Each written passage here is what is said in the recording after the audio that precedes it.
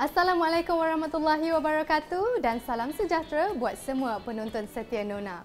Minggu hadapan seluruh rakyat Malaysia sekali lagi bakal meraihkan hari bersejarah yang juga kepuncak bagi sambutan kemerdekaan dan pembentukan negara.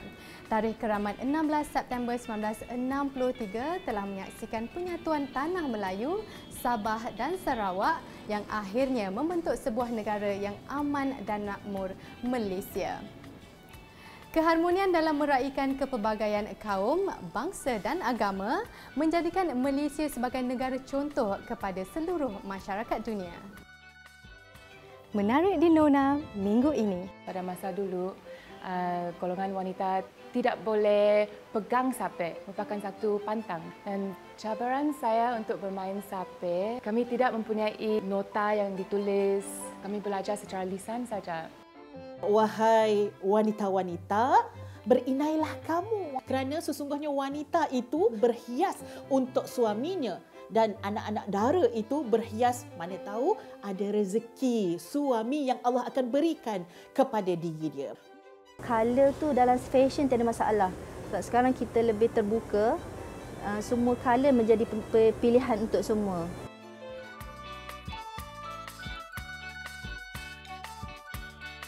Membawa keunikan budaya Malaysia ke peringkat antarabangsa, Alena Murang membuktikan karya seni menggunakan genre etnik tempatan dan kontemporari juga mampu mendapat pengiktirafan industri muzik dari serata dunia.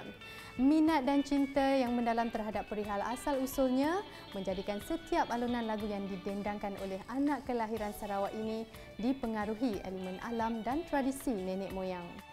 Nona berkesempatan mendekati pemuzik berbakat yang juga seorang guru tarian dan artis visual dalam segmen Inspirasi.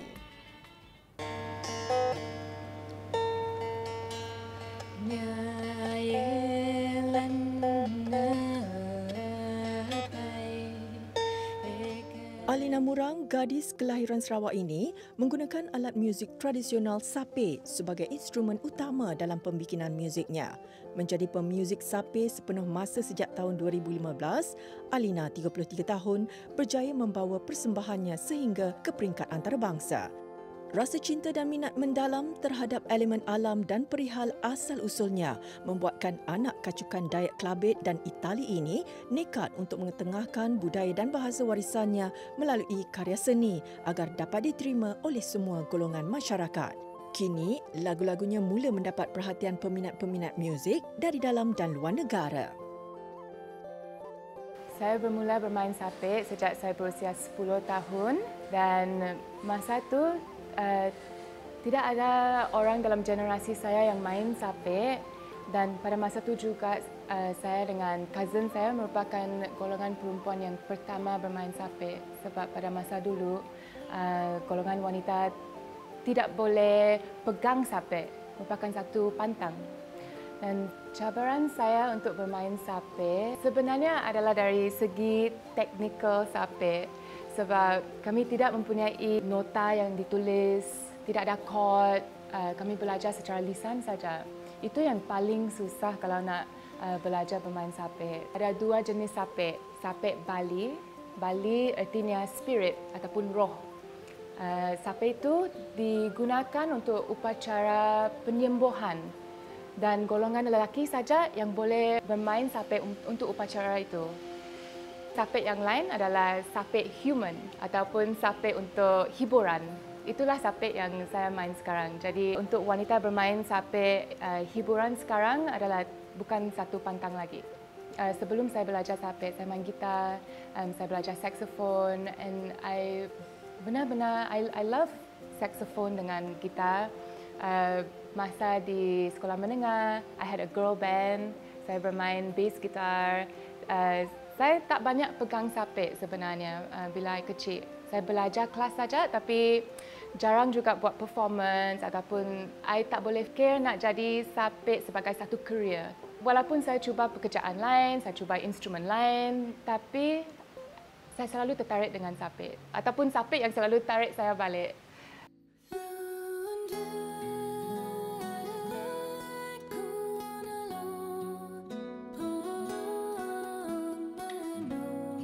Selain bermain sape, Alina akui dia lebih gemar mencurahkan seninya di atas layar kanvas dengan menjadi seorang artis seni visual. Alina kini aktif dan kerja seni visual dan bakal mengadakan pameran sulung secara solo pada hujung Oktober ini di Sarawak.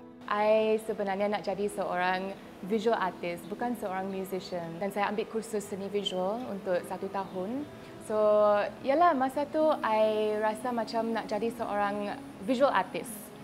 Untuk menjadi seorang musician macam I tak boleh fikir pun sebab masa tu tak boleh nampak pun seorang yang boleh jadi full-time sapek musician kan. Sekarang ni walaupun kerjaya saya sebagai seorang musician diutamakan, tapi hati saya memang lega sangat bila buat painting, drawing. Dalam usaha menjaga warisan nenek moyangnya, Alina mengambil inisiatif menggunakan bahasa Kelabit dan Kenyah dalam lagunya dengan harapan dapat meluaskan lagi pengetahuan umum mengenai bahasa warisan ini.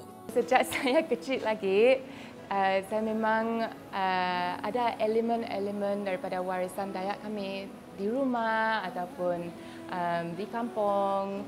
Jadi elemen itu seperti elemen dari tarian, motif-motif orang Ulu, desain, manik yang kami pakai, itu semua menjadi identiti saya. Bahasa Kelabit merupakan warisan saya, warisan dari bapa saya. Walaupun saya sendiri tak fasih dalam bahasa ini, kalau saya sendiri boleh belajar bahasa ini melalui lagu, mungkin orang lain juga boleh mendalami bahasa ini melalui lagu. Bagi saya inilah satu cara untuk menjaga bahasa kami yang hampir pupus supaya tidak pupus lagi. Walaupun saya berlagu dalam bahasa Kenyah dan bahasa Kelabit yang ramai orang tidak faham, bukan sahaja masyarakat di Malaysia tapi juga masyarakat di luar negara, tapi saya nampak ini bukan satu halangan untuk orang ramai mendengar muzik saya dan untuk enjoy muzik sapek. Penerimaan orang-orang tempatan dengan muzik saya, dengan muzik sapek adalah sangat meriah.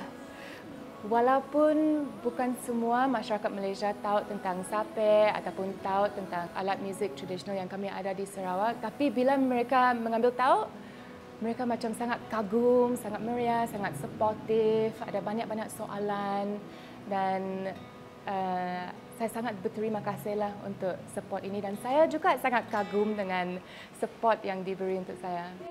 Awal Ogos lalu, Alina melancarkan sebuah video muzik terbaru, Put Burui, yang berjaya meraih sebanyak 11,000 tontonan setakat ini.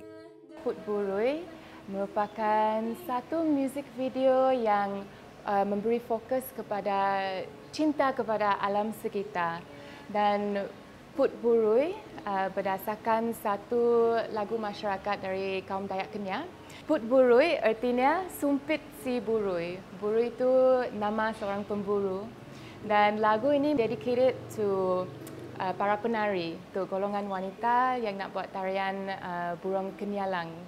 Pasal styling music video tu, baju itu adalah daripada kain tenun daripada masyarakat Iban iaitu puak kumbu, baju merah yang saya pakai dan puak kumbu tu dibuat daripada natural dyes dari hutan kami sendiri. Jadi warna merah, warna hitam, warna biru itu semua dari alam sekitar.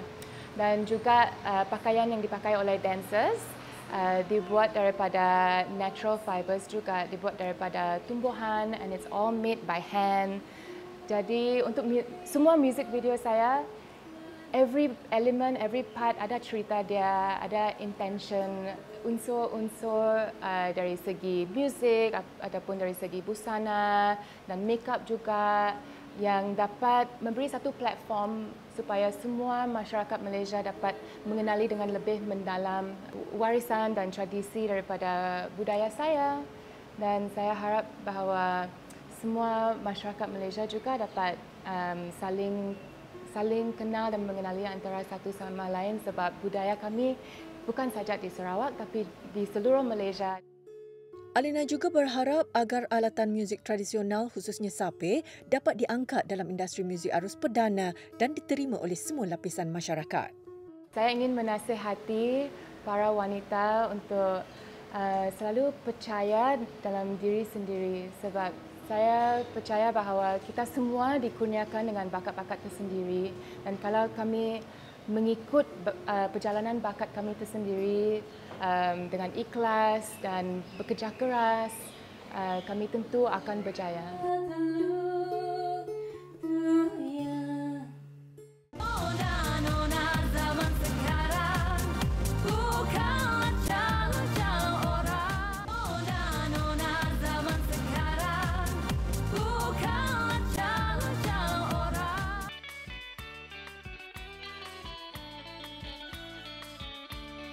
Sering mengetengahkan corak abstrak yang melambangkan simbolik semangat kecekalan wanita dalam koleksi rekaannya, jenama ini semakin meniti di bibir penggemar fashion terutamanya golongan wanita muslimah. Seiring dengan sambutan Bulan Kebangsaan, Sophia Rose tampil bersama koleksi rekaan terbaharu bertemakan konsep 50-an.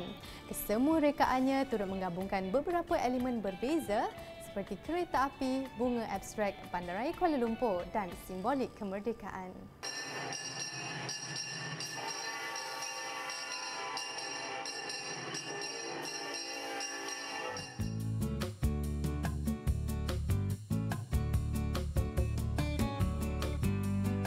Mengambil semangat kemerdekaan dan revolusi sejarah negara, kolaborasinya bersama sebuah syarikat pengendali kereta api menjadikan rekaan terbaru Sophia Rose lebih unik dan menarik. Majlis memperkenalkan koleksinya ini telah dirasmikan oleh Pengarah Urusan Sophia Rose, Muhammad Zaki Yusof dan Datuk Muhammad Rani Hisham Samsudin, Ketua Pegawai Eksekutif Kumpulan KTMB. Kali ini Sophia Rose kembali semula dengan mengadakan projek kolaborasi baru bersama KTMB, itu Kereta Api Tanah Melayu Berhad, Sempena Kemerdekaan. Sophia Rose telah mengeluarkan 3 rekaan hijab yang dinamakan Nirmala Series. Kita guna lakaran kereta api untuk menunjukkan macam mana peredaran era pengangkutan Malaysia, di mana KTMB menjadi salah satu pengangkutan utama di Malaysia, pengangkutan awam, di mana daripada zaman British lagi. Dan untuk dari segi memotif abstrak bunga, kita memilih abstrak bunga raya untuk menunjukkan, melambangkan bunga kebangsaan Sempena Merdeka, dan juga lakaran-lakaran untuk Bandaraya Kuala Lumpur menunjukkan macam mana kemajuan Malaysia dan kemegahan Malaysia. Dan setiap koleksi ini sebenarnya Sophia Rose hasilkan sendiri, di mana setiap proses untuk menghasilan rekaan ini dibuat dengan lebih teliti. Contohnya dari segi pemilihan fabrik, Sophia Rose mementingkan keselesaan dan juga look yang mewah. Oleh itu, setiap Nirmala koleksi kita akan menggunakan material yang berkualiti tinggi. Dari segi pemilihan warna, Sophia Rose menggunakan color-color yang berwarna klasik. Contoh nude colour, green yang klasik green, dan juga warna ombre di mana ingin memberikan inspirasi klasik dan juga nampak look mewah dan anggun. Selain tudung, koleksi kali ini turut tampil dengan aksesori seperti lanyard, pin magnetik dan twilly. Color tu dalam fashion tiada masalah. Sekarang kita lebih terbuka, semua color menjadi pilihan untuk semua. Walaupun yang bertona gelap, tapi kita boleh cuba untuk dapatkan color yang nude ke arah basic. Manakala untuk wajah yang lebih cerah, kita boleh lebih yang color-color yang striking, boleh juga memilih color tu, tapi secara keseluruhannya rasa ramai wanita memerlukan color-color yang earth color. Saiznya yang lebar dan labur menjadikan koleksi tudung keluaran kali ini sesuai digayakan oleh semua golongan muslimah. Sophia Rose memang kita mementingkan material yang berkualiti, dan juga dari segi ukuran, measurement tu sendiri kita akan buat measurement yang labuh dan juga yang lebar.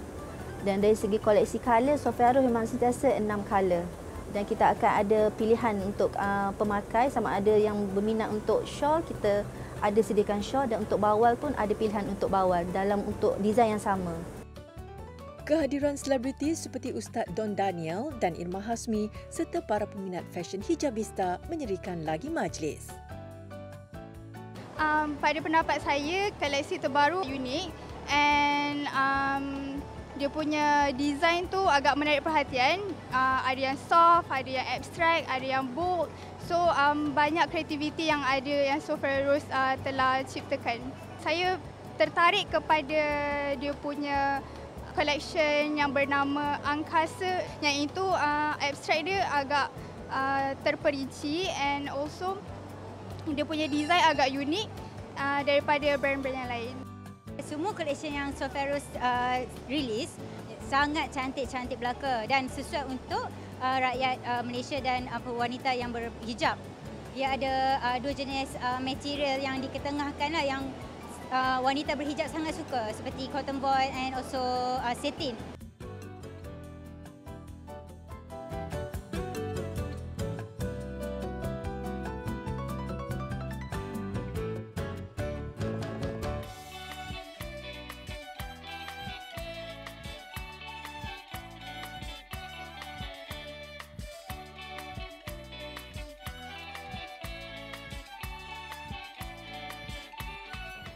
Kompleks Kraft Kuala Lumpur merupakan pusat perhentian kraft setempat yang menghimpunkan produk tradisi dan moden kontemporari dari seluruh pelosok negara.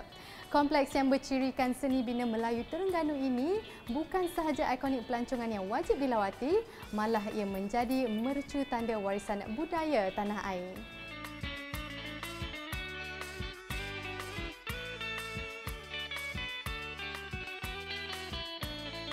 Mira rasa seronok hari ini kerana berpeluang bersiaran dari Museum Kraft Kuala Lumpur. Di sekeliling Mira ini terdapat pameran seni kraft anyaman yang memaparkan pelbagai produk anyaman dari seluruh Malaysia. Museum ini juga turut menghimpunkan koleksi kraft warisan yang dihasilkan oleh tokoh kraft negara dan ahli guru kraft dalam pelbagai bidang kraft tempatan.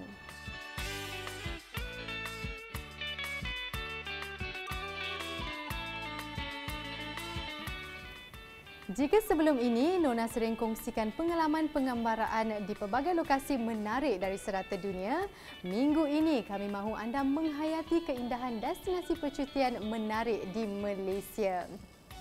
Terkenal dengan keunikan budaya daripada variasi suku kaum dan etniknya, Sabah sememangnya kaya dengan keindahan alam semula jadi serta pelbagai destinasi menarik untuk dikunjungi. Ikuti perkongsian pengalaman ke negeri bawah bayu ini dalam segmen Sana Sini. Sebut sahaja mengenai percutian di Sabah, pasti ramai yang terbayang keindahan Gunung Kinabalu dan panorama ala New Zealand di Kundasang. Namun hakikatnya, banyak lagi lokasi menarik yang boleh anda terokai jika berkunjung ke negeri di bawah bayu ini. Hai, yang berdendahkan, saya Beatrice Indra dan sekarang saya berada di Papar Sabah. Jadi hari ini mari kita sama-sama teroka Sabah dengan saya. Dibina sejak tahun 2000, Masjid Bandaraya Kota Kinabalu dikenali sebagai Masjid Terapung. Struktur dan seni bina masjid yang unik ini menjadi antara tarikan pelancong dari dalam dan luar negara. Masjid Bandaraya Kota Kinabalu dikelilingi oleh persisiran pantai likas. Masjid ini memiliki ciri-ciri Masjid Nabawi kepada sesiapa yang pernah pergi dan berkunjung ke Madinah untuk melaksanakan umrah ataupun haji. Kalau kamu pernah berkunjung dan ziarah Madinah, kamu akan lihat bahawa Masjid Bandaraya Kota Kinabalu ni ada sedikit ciri-ciri menyerupai Masjid Nabawi. Untuk pengetahuan kamu orang, di masjid ni juga ada kelas-kelas untuk pendidikan agama dan yang menarik bagi saya dalam perspektif anak-anak ataupun budak-budak kanak-kanak kan, ramai kanak-kanak yang nampak sangat seronok berada di masjid, meluangkan masa di masjid. Lanjut dengan keindahan dan keistimewaan Sabah, turut saya kunjungi adalah waterfront di Kota Kinabalu. Kawasan waterfront ini sangat berhampiran dengan Suria Sabah. Contohnya kamu parking di Suria Sabah, kamu jalan mungkin dalam 5 hingga 7 minit, kamu akan sampai di destinasi. Kalau kamu jalan laju, lajulah sampai. Kalau jalan lambat macam saya, lambatlah sampai. Inilah keadaan di waterfront. Dekat sini, dekat bahagian di sini ada satu tulisan I love KK, I love Kota Kinabalu. Kebanyakan masa akan ada penghibur-penghibur di kawasan di sini seperti badut. Saya ada dapat belon bunga pada masa hari yang saya kunjungi. Saya juga dapat melihat manusia transformer di hadapan sign I Love KK tersebut dengan lagu Sabah dan menari-nari transformer dia. Berhampiran waterfront kita ada seafood market di mana seafoodnya sangat fresh dan masakan dia pun sedap dan murah. Itu yang paling penting. Untuk pengalaman saya sudah makan di sini beberapa kali dan saya memang puas hati dengan apa yang saya order, apa yang saya makan, apa yang saya rasa. Peniaga di sini pun sangat peramah, sangat welcoming. Kamu boleh lihat sendiri betapa fresh, betapa cantik. Menariknya di seafood market ini, pengunjung boleh memilih sendiri hidupan laut yang ingin dinikmati. Harganya juga berpatutan. Untuk para pengunjung yang mahu pulang nanti bawa cenderamata dan barangan-barangan yang cantik dan best untuk keluarga-keluarga yang kita tinggalkan. So, tempat yang paling sesuai untuk beli cenderamata adalah Pasar Kraft Tangan Sabah. Yang menariknya di Sabah ni juga, kamu boleh dapatkan mutiara asli dengan harga yang sangat berbaloi. Dan untuk dapatkan mutiara yang harga berbaloi itu, kamu boleh dapatkan di Pasar Kraft Tangan Kota Kinabalu. Mau tengok contoh? Ni contoh dia. Yang sekarang saya pakai ni adalah rantai mutiara asli tau. Dan harga dia RM20 sejak.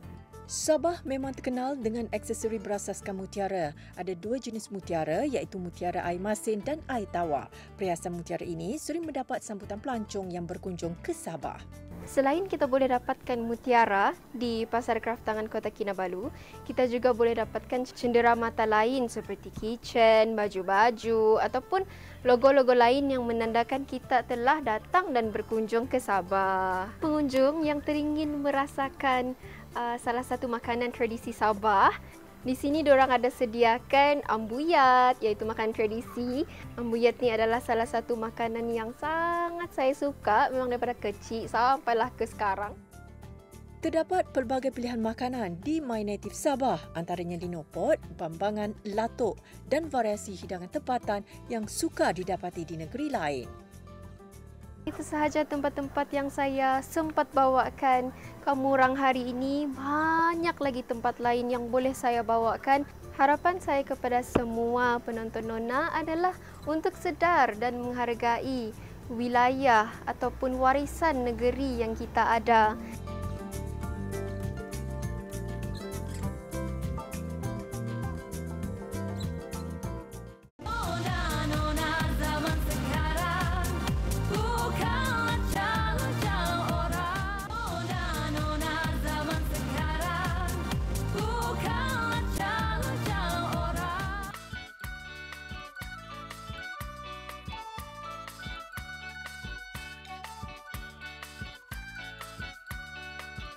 Sering bercuti dan melancong ke pelbagai lokasi berbeza telah memberi pengalaman dan ilham kepada Muzakir Syukri untuk mendekorasi halaman kediamannya dengan konsep ala resort. Selain dapat menimbulkan suasana seperti berada di pusat peranginan, hiasan tanaman hijaunya juga mampu memberi ketenangan buat dia sekeluarga. Saksikan segmen laman untuk idea dan inspirasi tata rias halaman anda. Mempunyai halaman yang indah dan menenangkan pasti menjadi impian setiap pemilik kediaman. Bagi Muzakir, menjaga dan memastikan halaman sentiasa berada dalam keadaan baik dan teratur sudah menjadi rutinnya. So, konsep ni jadi pilihan sebabkan kita sukakan kehijauan. So, hijau ni melambangkan ketenangan. Kita rasa lebih tenang, nyaman walaupun duduk kat rumah. Kita tak keluar dengan kesibukan kota kat luar. So, at least kita ada satu kawasan untuk kita santai-santai bersama keluarga. Macam laman ni kita dapatkan servis khidmat daripada pakar landscape lah. So, kita memilih di hutan sebab hasil kerja contoh-contoh yang kita dah tengok dia buat pada rumah-rumah yang lain. So, alhamdulillah hasil dia pun memuaskan lah. Pemilihan dan penjagaan pokok di halaman rumahnya bukan sahaja dilakukan sendiri, malah turut dibantu oleh isterinya.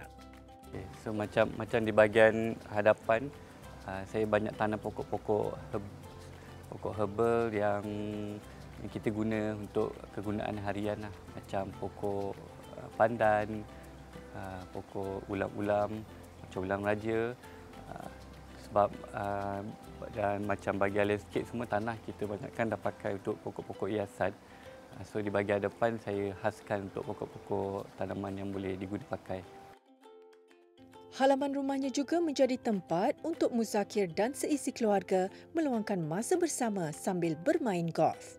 So macam di bahagian tepi rumah pula, kita ada swimming pool dan saya letakkan juga sofa untuk luar rumah supaya kita dapat beriadah dengan keluarga, minum pagi dan petang sambil tengok anak berenang. So ini tempat kita orang beriadah lah di belakang ni. So dari segi ideanya datang dari banyak sumber lah. Kita refer pada internet, grup-grup untuk landscape dan daripada parent juga sebab parent saya pun suka menanam. So idea-idea tu kami combinekan dengan kesesuaian aktiviti keluarga kami kat sini. Untuk mendapatkan kesan penataan yang baik, jenis pokok yang ditanam perlu mengikut kesesuaian kawasan. Sebabkan rumah ni ada swimming pool, so jadi kami banyak fokus pada pokok-pokok yang lebih kepada kawasan-kawasan persekitaran berair lah, macam pokok keladi, pokok lucia dan pokok-pokok tinggi-tinggi ni untuk menyerikan lagi suasana lah. Jadikan kawasan lebih redup. Macam nasihat saya untuk pada yang siapa-siapa yang baru rasa macam berminat untuk ada landscape sendiri, kalau anda boleh mulakan dengan melihat dulu contoh-contoh yang ada di grup-grup Facebook, di majalah-majalah yang diorang ada dan sesuaikan dengan laman rumah kita sendiri lah. Sebab kadang tak semua contoh kita tengok sesuai dengan laman kita. So kita kena sesuaikan ikut saiz dan keadaan laman kita. Pemilihan konsep landscape kediaman harus dibuat dengan teliti supaya dapat memenuhi kehendak dan citarasa masing-masing. Bagi yang sukakan suasana tenang sambil menikmati panorama menghijau, mungkin konsep ala resort ini boleh dijadikan inspirasi dekorasi halaman anda.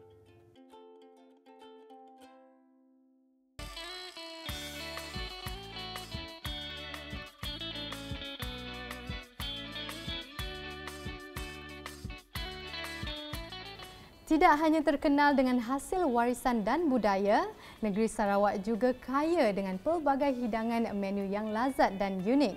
Juadah dari Bumi Kenyalang ini semakin digemari ramai kerana resepinya yang masih mengekalkan penggunaan bahan-bahan asli dan tradisional.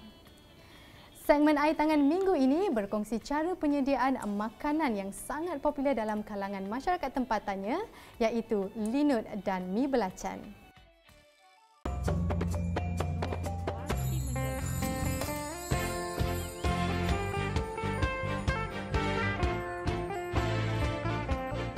Jadi hari tu kami nak molah mi belacan 2 linut. So untuk molah mi belacan, jom kita tengok bahan-bahan yang diperlukan. Untuk memasak hidangan ini, sediakan bihun yang telah dicelur, belacan, sos cili, asam jawa, cili padi, gula, hirisan timun, sedikit garam, hirisan sengkuang, telur padi dan sotong kembang yang telah siap direbus. Jadi mi belacan ni rasa dia sebenarnya dia ada masam, ada manis dan ada rasa belacan dia lah. Jadi itu yang keunikan mi belacan. Jadi mula-mula sekali kita kena blendkan belacan. So saya masukkan belacan ni ke dalam blender dengan air sikit.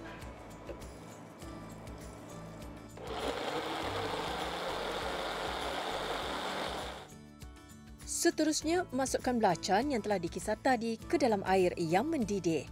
Kemudian, masukkan pula sos cili dan asam jawa secukup rasa bagi menambahkan lagi rasa enak masakan.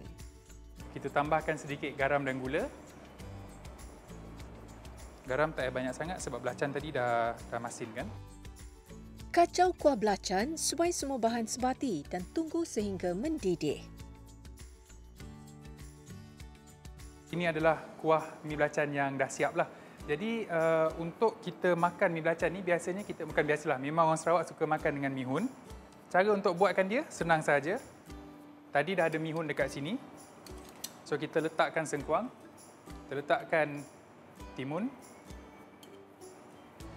Dan kita letakkan sotong kembang ini. Dan telur padi ini tadi.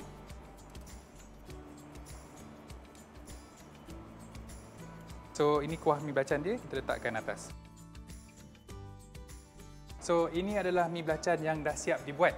Seperti yang saya katakan tadi, sebenarnya mi belacan ni adalah sesuatu dish yang sangat mudah untuk dibuatkan. So saya harap tuan-tuan dan puan-puan semua boleh cuba dan rasa macam mana rasa makanan Sarawak ini. Okey, jadi rasanya kalau macam makan mi belacan saja tak cukuplah, nak tambah lagi kan. Jom kita buatkan linut.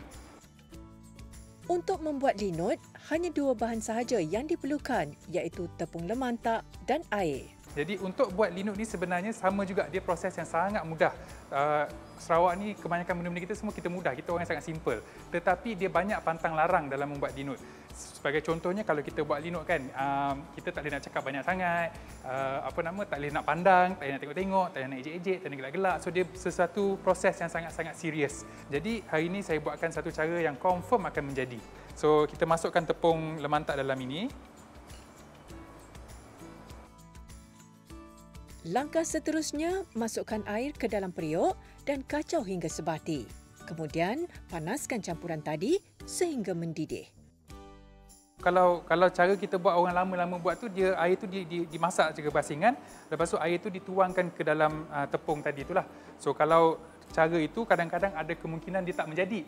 So kalau dia tak menjadi tu kena buat lagi sekali lah. So cara ini insya-Allah most of the time dia memang akan menjadi. Kalau tengok dia dah start berketul-ketul, dia dah start mengeras. So itu adalah linut lah yang dimakan. So kita kena pastikan dia tidak lekat dekat bawah periuk dia tu. Apabila dia dah start menjadi tu, kita kena angkat dan kita kena gaulkan. Dan maka terjadilah linut. So inilah linut.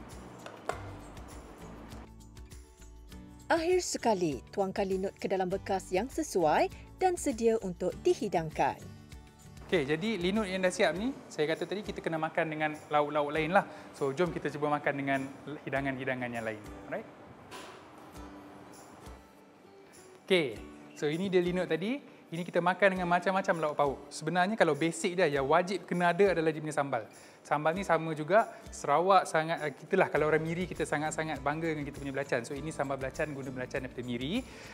Selain daripada itu, on top of that banyak lagi lauk boleh dimakan sebab linut ni kan dia macam menggantikan nasi kan. Jadi ni kita ada urat daging, masak merah.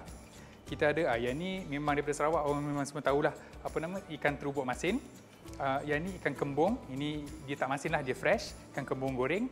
Ini adalah sayur keladi. Lepas tu kita ada, kalau kat Sarawak kita guna midin belacan. Sini kita guna pakis lah. So pakis belacan, dan ini adalah kaki ayam masak kicap. So ini semua kalau makan dengan linut, memang terbaik. Kepada yang belum pernah merasainya, hidangan unik ini sesuai dinikmati bersama seisi keluarga.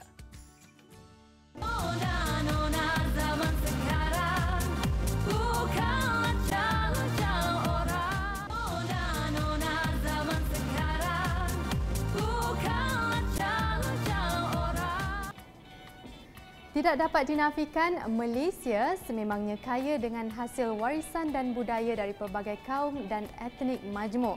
Jika anda singgah di kedai cenderamata dan butik karya nikah ini, ada bermacam produk yang terdiri daripada hasil rimba, tanah, logam dan tekstil yang melambangkan identiti Malaysia.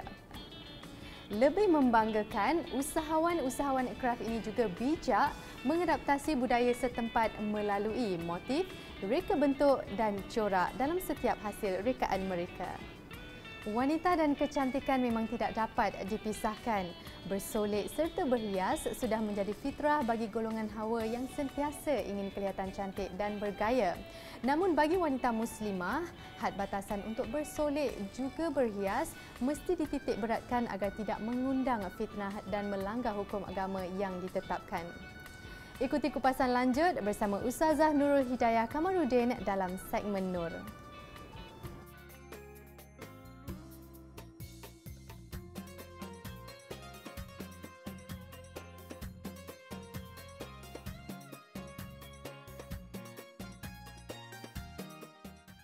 Bismillahirrahmanirrahim. Assalamualaikum warahmatullahi wabarakatuh kepada semua penonton Nona. InsyaAllah pada hari ini kita nak tengok, kita nak bicara tentang make-up. Kita sama-sama pada hari ini kita nak tengok adakah Islam membenarkan seorang wanita itu bermake-up ataupun berhias mengenakan alat solekan. Baik, sama sahabat, kita nak tengok dahulu Nabi SAW pernah pada satu hari memberitahu kepada wanita-wanita, ya ma'syaran nisa ikhtadabna fa innal mar'atu yakhtadab li zawjiha wa innal ayyamun yakhtadab yu'ridu li rizqillah azza wa jal. Nabi SAW bersabda, wahai wanita-wanita, berinailah kamu. Inai di jari kita, berinailah kalian. Kerana sesungguhnya wanita itu dia berinai ataupun berhias untuk suaminya. Dan anak-anak dara itu berhias, mana tahu ada rezeki suami yang Allah akan berikan kepada diri dia. Boleh, tak ada masalah kita nak pakai alat makeup yang pada hari ini bukan sahaja inai. Kalau zaman Nabi SAW, Nabi kata bercelaklah.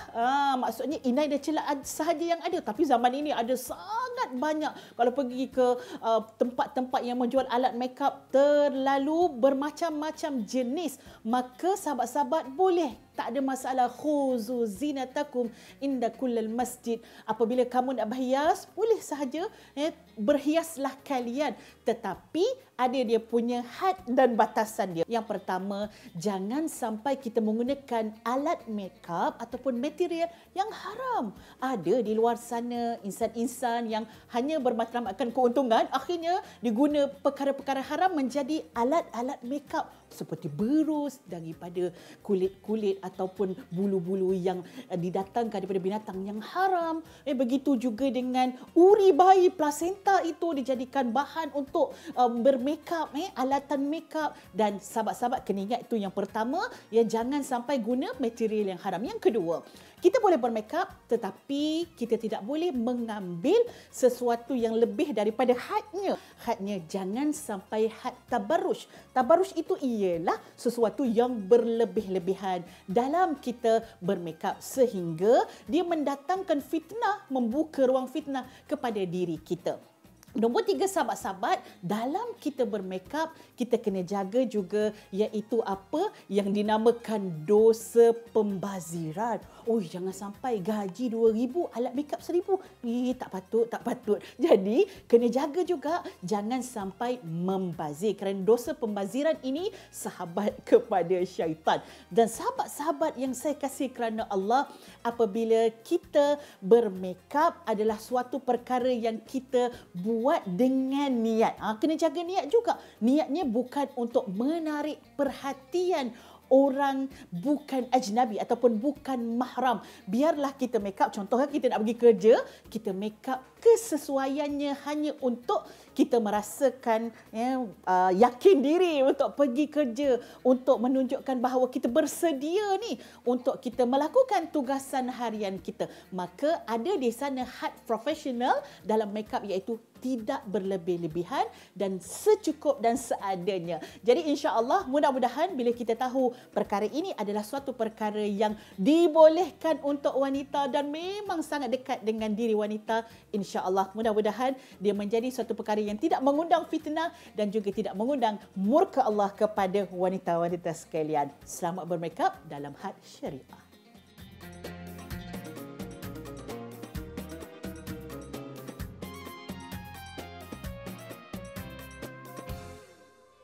Raikanlah kepelbagaian agama, bangsa dan budaya dengan semangat keluarga Malaysia teguh bersama. Semoga seluruh rakyat sentiasa bersatu padu dan menghormati antara satu sama lain demi kesejahteraan negara. Memetik kata-kata amanat daripada Yang Teramat Mulia Tunku Abdul Rahman Putra, kita semua adalah rakyat Malaysia dan kemerdekaan inilah yang menyatukan kita. Ingatlah bahawasanya toleransi adalah kekuatan kita sebagai rakyat dan bangsa. Baiklah, Nona sudah pun sampai di penghujungnya. Terima kasih diucapkan kepada Kompleks Craft Kuala Lumpur kerana sudi menerima kunjungan kami pada minggu ini. Jangan lupa layari laman Facebook, Instagram dan TikTok kami di TV3 Nona. Sehingga bertemu kembali di minggu hadapan dengan pelbagai pengisian lebih menarik dan kisah inspirasi untuk diteladani. Jaga diri. Assalamualaikum.